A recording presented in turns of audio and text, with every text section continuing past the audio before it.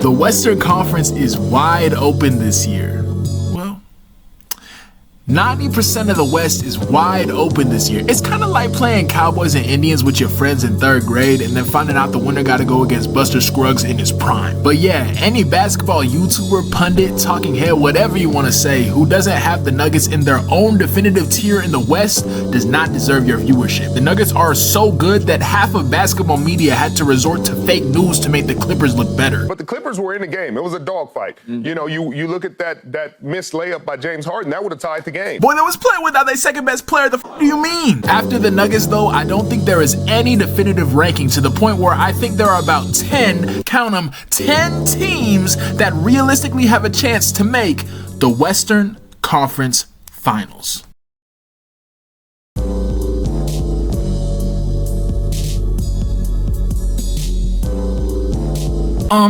Excuse me, sir? Yes, Skip, what's your question?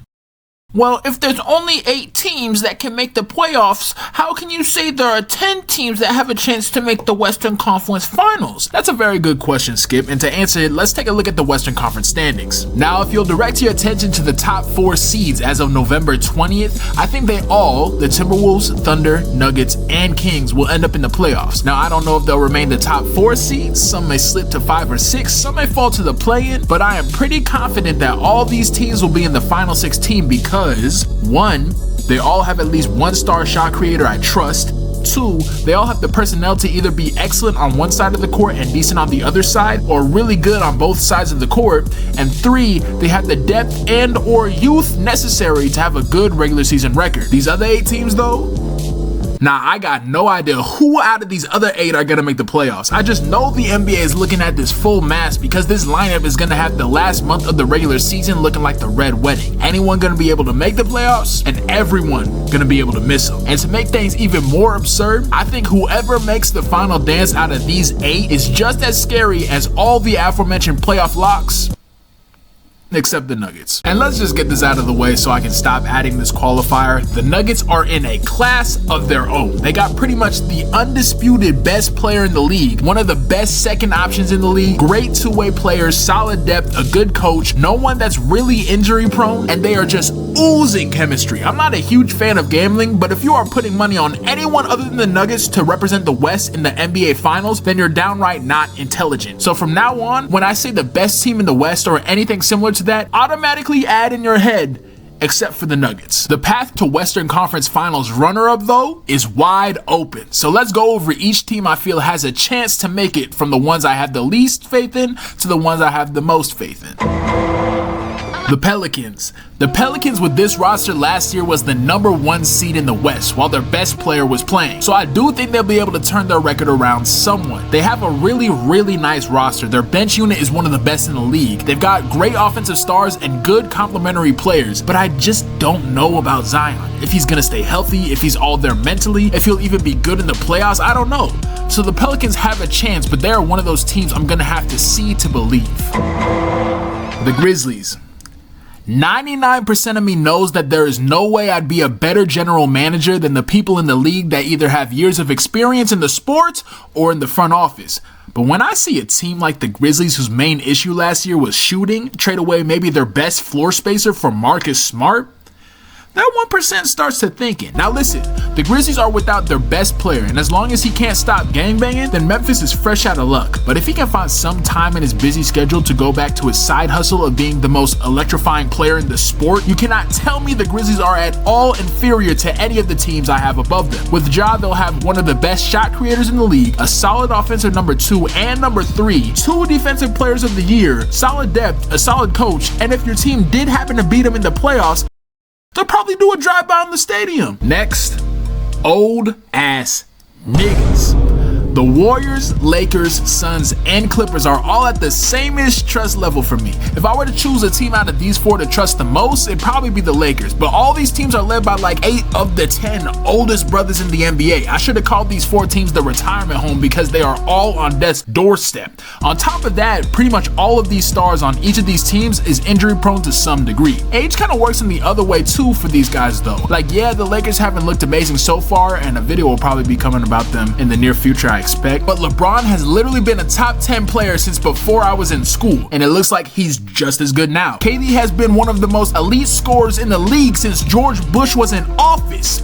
He's just as good now. Steph has been making absolutely silly shit since I was in grade school. Kawhi has been emasculating brothers on both ends of the court since my balls dropped. Draymond been choking brothers out since my conception, and they all as good or slightly worse. Even though I'm not sure about any of these teams and really just don't believe in any of them but the Lakers, I can't discount any of them because of the age, experience, and talent on their rosters. If they click and somehow reach the playoffs with any semblance of health, will make them extremely scary for the rest of the West. Next, fatal flaws. Both these teams, the Timberwolves and the Mavs, look extremely good right now. This Mavs team may be one of the most efficient offenses of all time, and I will wait till the end of the season, but it looks like I'm already going to have to amend my top 25 because between how well SGA, and De'Aaron, who we will talk about in a bit, and one Anthony Edwards is playing, one of the old niggas from last year is going to have to drop out of the top 10. I don't know who, but someone got to go.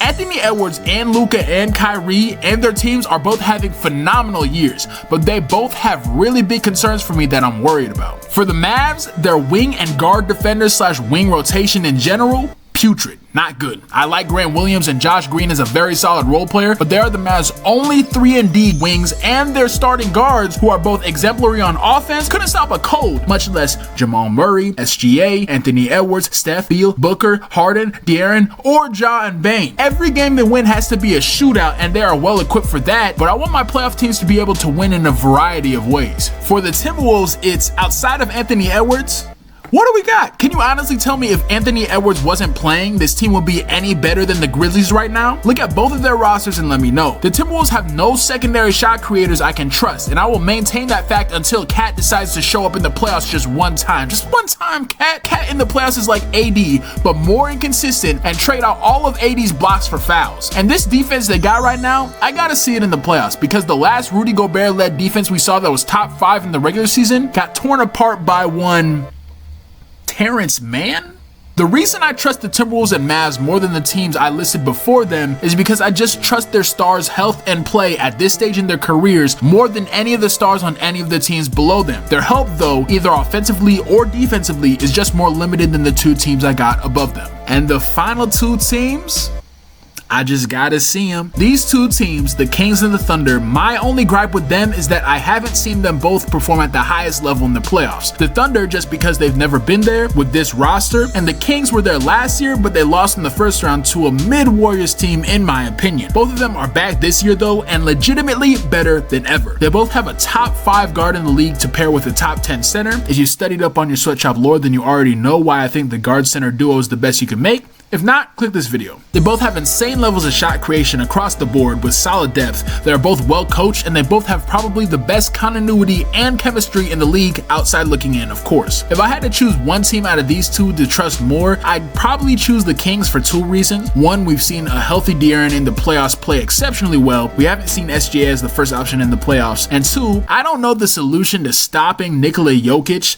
There probably isn't one, but I am 99% sure that if that solution does exist, it does not weigh 207 pounds. I think Chet is playing very well. He's a top 10 center in the league already in my opinion, as I said, but he is a rookie and he is absurdly skinny. Jokic cooks everyone, but he would eat Chet up like he is starving. So that was my rankings for which teams I trust the most to be the Western Conference Finals runner-up. I just want to hammer home that even though these teams are ranked, I think they're all on the same tier, so to speak. In a playoff series, if one of these teams are against another at this point in the season, I think every possible combination would be a 7-game series coin flip, unless they play the Nuggets, because as said before, the Nuggets are in a tier of their own. Here is my hot take for the video that may not be a hot take, but here it goes.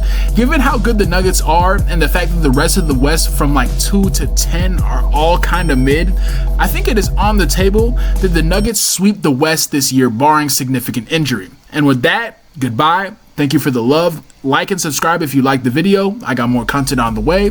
And most of all, stay sweaty.